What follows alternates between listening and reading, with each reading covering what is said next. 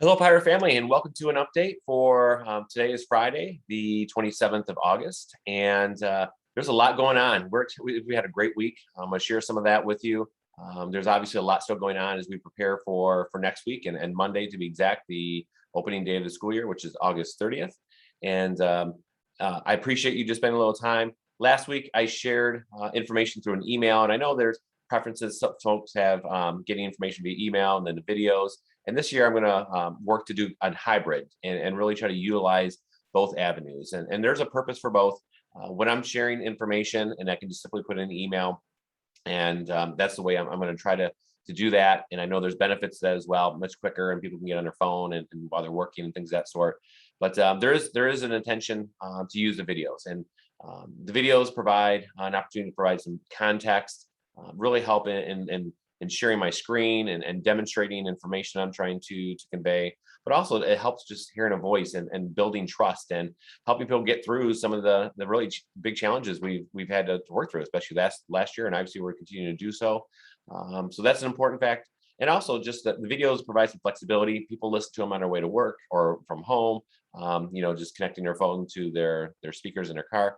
And also, a lot of folks outside our district watch our videos. I get a lot of comments and feedback from folks who don't even have kids in our school, but they're using this as an opportunity to get information. So there's benefits to both. So I know that one way of communicating is going to appeal to everybody, but I'm definitely going to be mindful of when it's appropriate to use the email and just providing information. But also there's a time and place for the video, and today's one of those, just because there's a lot going on, and the messaging is important. It's beginning of the school year. It's obviously not what we'd call a normal beginning because we're still enduring COVID, and so just want to share information, and but also have an opportunity to provide some data as well. So I'll be sharing my screen. But it's been a great week. Our staff came back on Tuesday. Teachers been working hard all week, engaged in just really high quality professional development, and just having them back in the buildings working together has been a tremendous asset, and it's been awesome.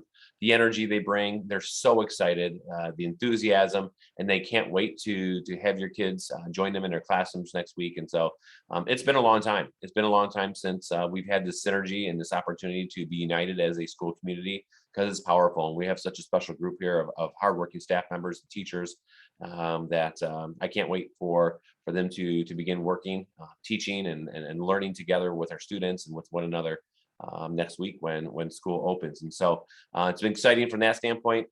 Our athletic program has been up and running with competitions and games, and soccer just behind my office this week. We had our varsity football game just last night, and JV both came out strong winners in both those competitions. And our band program was in band camp this week, and just so excited to see that group of kids once again be such a strong presence of our program, and just a lot of high energy, and it's great to see that. And so that's what we want to build off. We want to focus on the positive things and what makes school and education such an important part of our lives, and so exciting. So we also had our open houses, and we've had an opportunity to welcome parents and students back into our schools. We had that at both Barley and Country this week, and actually at Navigator as well. That was Tuesday night, and then last night they had another session. So with that being said, I know there's parents who have emailed me with concerns, going into these environments and seeing the amount of people. And first and foremost, I will say that open houses by themselves can create some anxiety in just a normal setting. It's a lot of people. It's kind of, a lot of noise, a lot of things going on. But also in this day and age, for a lot of us, and as parents, if you haven't been in school for over a year, and it is a transition, stepping in and seeing the kind of the energy that it brings, and the busyness, and seeing people close together, and I definitely can understand that concern. We're very sensitive to it. I think we're very tuned in to our surroundings, and seeing people, and seeing some people with masks, some people without, and seeing just people who are close by. And first and foremost, I do want to say, try to keep in perspective that school doesn't look like that. School is, when you walk in and the kids are there, it is much more controlled, calm, quiet, orderly. Especially in our elementaries, you see these kids walk down the hallway in lines, and the teachers, they're experts at what they do, and it's a totally different environment. So that's the first and foremost, just to put in mind that that is not a replication of what school is going to look like. But also at the same time, I need to be honest, and I know folks are asking about social distancing. And last year it was a struggle with social distance, even when we didn't have our entire district here. And this year, with the expectation that school kids are back in school, it is very challenging to create as much space as some would like, and then just being open and honest. And so we do our best. We're going to rely on everything we can do. But in schools, kids have energy, they move. It's not an environment where we can kind of create this kind of invisible bubble around kids, but they're going to be by each other. They're going to be, at lunch and at recess and in the classroom. They learn in small groups, they work in small groups, and classroom teachers get them together when they read. So that is just something that I know sometimes can be a little shocking when parents come in, but it worked really well last year, and I'm sure it's going to continue doing so. And teachers are aware as well, and they do the very best job they can with the structure in their classrooms. And so let's talk a little bit about moving forward. Obviously still continuing with our plan in strongly recommending masks. And I know that there's two sides of the fence on this. And this is an extremely challenging situation, most challenging situation I've ever had to work with. And, I've had a lot of conversations. I've had an opportunity to talk with all our staff members this week, talked to a lot of individual parents, and even at our board meeting yesterday. And so first and foremost, I want to say that the hardest part with this whole situation is the divide that I'm seeing happening in communities, and even here in our own local community. And that's hard to do. And it doesn't matter what decision we would make one way or another, it's going to create a divide. And that takes away what is our strength as a community. Our strength as a community here in this area is our community. It is the uniqueness of being a small town community. We're all pirates. We're all in this together. We got through last year because we were all in together. Doesn't mean we all saw eye to eye, but we were all trying to do the very best job we can. And right now, that strength of ours is being challenged. And so we're seeing, people kind of two sides of the fence. It doesn't matter if it's the Board of Education, it's our community members, it's just, and parents are being put in the middle of it as well. And what we're seeing is, for instance, when schools make a decision and a neighboring district makes a decision to do something that's different than us, we have parents who are choosing to take their kids and go elsewhere. For instance, like right after Dexter put out their plan, we have parents who are taking their kiddos to Dexter. At the same time, we're getting families from Dexter to come here. And that is just not healthy. That's not a healthy environment. That's not what we want for families to be uprooted from their community schools and have to be put in a position to move back and forth. And that struggle is real. And for instance, if we changed and let's say we had a mask mandate here in Pinckney, in an instant, I'm going to have a flood of people going to Brighton. And then conversely, I'm going to have a flood of people from Brighton trying to get here. And that's not good. And that's one of the reasons why we really tried to work as a county to be unified, to minimize that, to create as much stability and minimize the disruption as much as we possibly can. And that's what we're still continuing to try to do. And as superintendent, that is one of my primary goals, is to make sure I minimize the disruption for our teachers, for our principals, and even for our Board of Education, because getting school started is hard within itself. In a regular year, it is a lot of work. Education's got its own just regular issues and challenges we have. And this new component can very easily deter us from that. And we have 2,300 kids coming to join us next week, and we have to focus on taking care of them and educating them. And so we're trying to minimize that. We're trying to just minimize the disruptions. You watch the news, you see videos, board meetings, it can get ugly. It can just really divisive, and that can't be us. And I don't want that to be us. And I'm proud to say it hasn't. Even the emails that I've gotten, people have been respectful. They've been understanding. The board meeting yesterday, we call it, people are passionate, respectfully passionate about how they feel, because they're all right. I mean, from their own perspective, they're advocating for their kids. There's no right or wrong. It's just their own personal feelings and beliefs, and we need to work through that. And we will work through that. And our key is to maximize our unity and continue to move forward. And so, with that being said, please understand, as a superintendent, I have to look at this situation from my seat. And I do look at it from a health perspective. And that's actually sometimes the easiest one, because there's data and we're looking at things.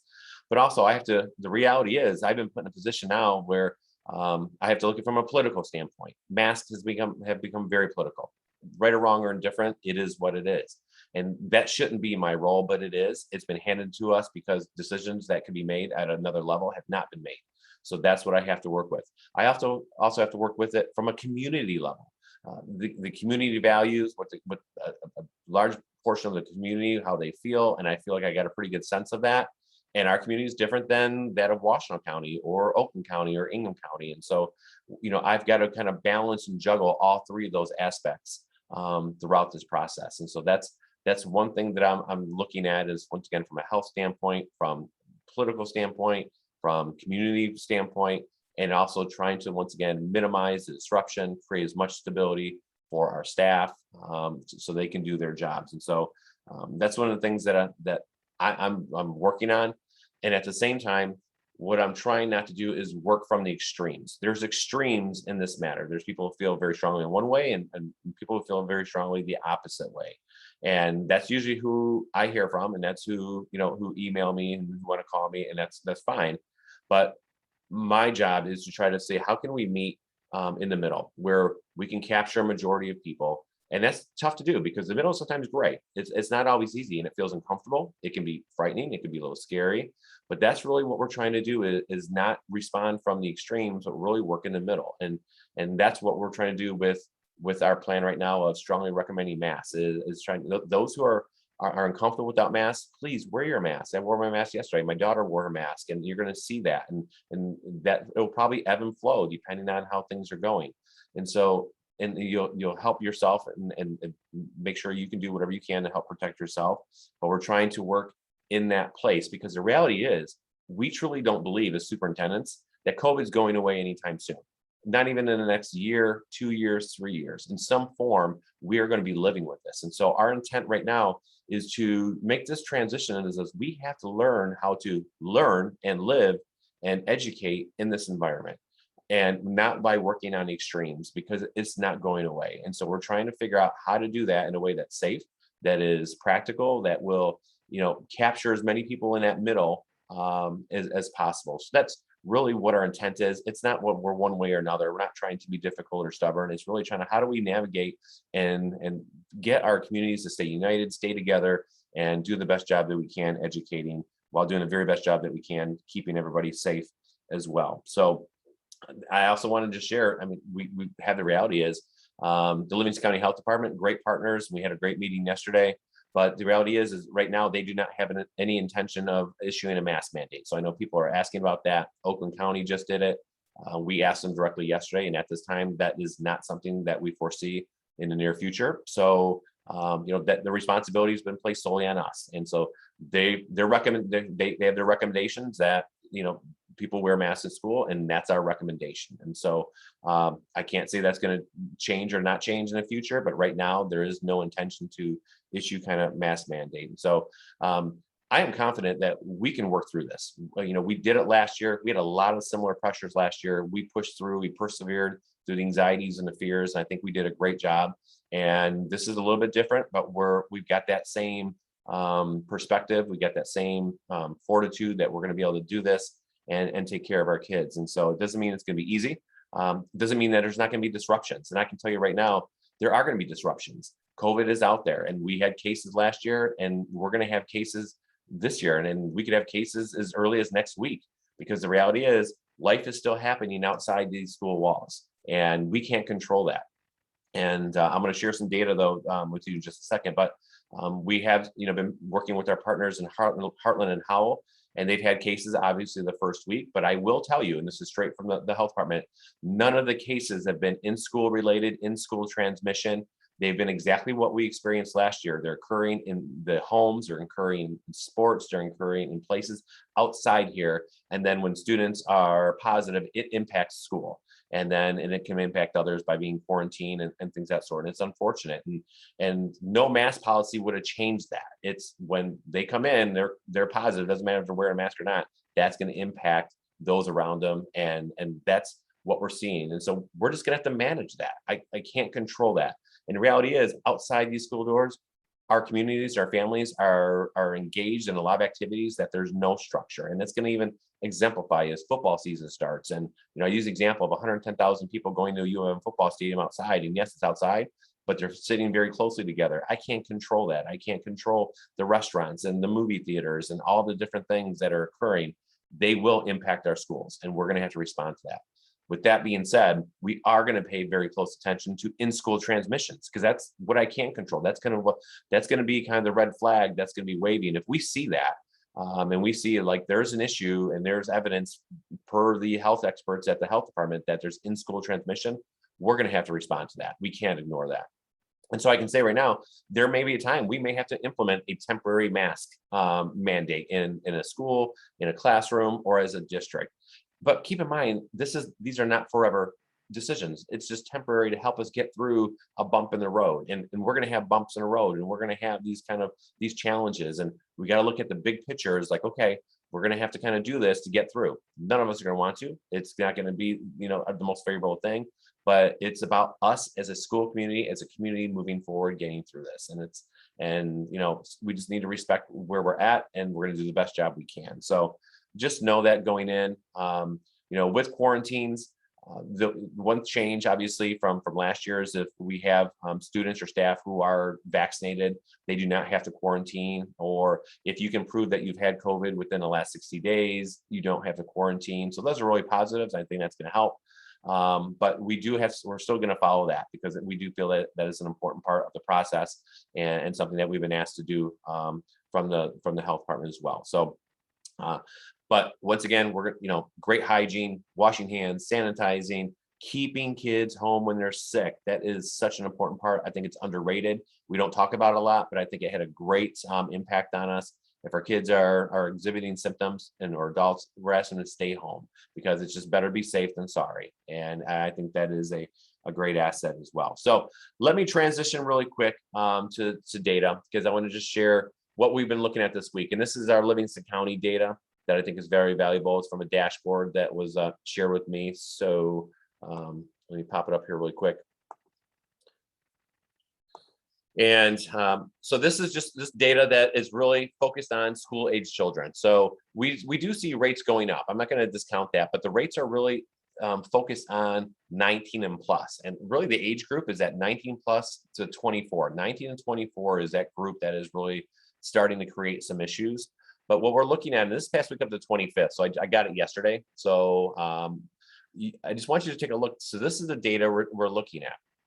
And there's a little variance here and there, but for the most part, we would consider these manageable numbers, and this has been consistent. So Delta variant's been in this county for some time, and through the middle of summer, we've known it's been here. I think 99.9% of the cases are basically being identified as the Delta variant. So we know it's here. It's out and about in every facet of our community if there's a COVID case. But still, with our kiddos that we're working with in school, the numbers are still what I consider extremely low and extremely manageable. As of just 2 days ago, the 25th, you can see there were 3 in the whole county. And you can see the age range here, but you can see the bump up. So you're definitely seeing where there's impact here with some of these. But these are the numbers that we're watching basically almost every day, every week. And if we see great variances with those, we're going to have to start paying a little closer attention. But right now, these are manageable, and the expectation is that they're not zero, because it's never going to be zero, not in anytime soon. So this is what drives us, and we know that our numbers traditionally, especially for our K6, were extremely low last year. We feel like they're still gonna be low. I use this example. We had our pirate camp throughout the whole summer. Masks were an option there. We had 0 cases whatsoever, and there was over like 90 plus kids a day, and that held true throughout the county. So that's what we're basing our decision off. It all could change. We understand that, and it's not discounting the seriousness of what's happening in this country. But for right now, this is what Livingston County and the superintendents, what we're working with and what's driving our thinking. So just wanted to share that with you. These are just raw data numbers as of the last date there was the 25th. So let me go ahead and stop sharing there. And so that's just kind of the long and short of it is in the end, I'm just going to ask that there's trust. We do have your kids' interests in mind. Once again, a lot of us here have our own kids here. I have my own kids. I live a COVID life. I mean, my wife is a nurse, and it's something she's had to work through. My own family's been impacted by it. I've got a child who is 11 not being vaccinated. So I can understand where all the parents are. But at the same time, I've had the opportunity to work in the school system and see the work that we did firsthand last year. And I have a high level of trust that we're going to not only, be ready for our kids next week, but when things happen, we're going to respond appropriately. And and I can respect the parents who may feel differently and may need to choose what's best interest in their child. So keep that in mind. And there's a high level of respect all around, regardless of how you feel or your stance or your beliefs, because this is not easy. But the key is we need to stay together. We need to be united. We need to utilize our strength as a community. So we do that, we're going to come out on the good side of this. So I have no doubt about it. Let me transition really quick and get this wrapped up. And so next week, I always ask parents, hey, it's the first week of school. I'm going to ask for patience and grace because it's a big system coming together, a lot of moving parts. It's the only organization that goes from 0 to 100 in a snap of a finger. And, especially when it comes to dropping off your kids, picking them up, I'm sure that we're going to have a lot of parents still doing that. Remember, masks are required on school buses. No option, no debate, no argument. It is required. And so some may choose to drive their kiddos for that very reason. So it took us a while to get systems in place last year. The traffic was backed up down 36 for some time, but it got better. Same thing will happen this year. So we have to be patient. It will get better. We all work, even parents figure out timing and what's the best time. And sometimes they just chose to put their kid on the bus because that was just the easier thing, most convenient. So please be patient. Lunches, same thing. Once lunch starts in school, those ladies are great for Airmark and they're going to get their systems down and we'll be in good place. I am excited to announce that the government has once again allowed us to offer free breakfast and lunch to all students this year, the entire school year. So once again, parents, this could save in packing lunches or for financially can really benefit you. That all students are eligible for free and breakfast and lunch. With that being said, we do ask that each parent, if you do need service and support, may qualify, fill out the forms that are on MyStar because there's benefits that come outside the school with that, but it also helps support the school with additional Title I money, 31A money, and just extra money that we can have to help support students who may require a little bit of extra help and support. So please make sure you fill out those forms. It's so very important. And we'll make sure we remind you to continue doing that. And so just really two quick tidbits. There'll be more coming the way, but I can't say enough how excited I am for next week. I'm anxious. I probably won't sleep a whole lot this weekend. I haven't slept a whole lot these past few weeks. It's been tough. And I just want to say before I end too, I know a lot of you have emailed me, been communicating, sharing your thoughts, sharing information, sharing data, sharing news reports. I've been contacted on Facebook. I appreciate it. I'm going to say right now, I apologize. I can't get back to everybody at this time. I just can't allow those turn into conversations. And it's right now, my focus is getting the school year started. There's a lot of work that naturally goes involved in this. And so I'm not purposely ignoring anybody. I just simply cannot get to all the emails that provide information about masks or not masks and things of that sort. So please, I apologize right off the bat. It's just trying to prioritize my time right now too. It's just making sure that we can get everything going for next week as well. So thank you. Once again, I know it's a long video, but beginning of school year is very important. This year is extremely important. And trying to put this all in writing, it would be next to impossible. It'd be too long and you want to read it anyways. And so don't need to watch this all in one fell swoop. So thank you. I appreciate everything you're doing. It's going to be a great week. It's going to be a great school year. It's going to be hard and challenging in different ways, but we're going to get through it because we're a strong community. We're strong pirates, and the people in this community, in this school district, makes it what it is. And so thank you for being part of it. And I look forward to seeing you, your kiddos in the very near future. And as always, go Pirates.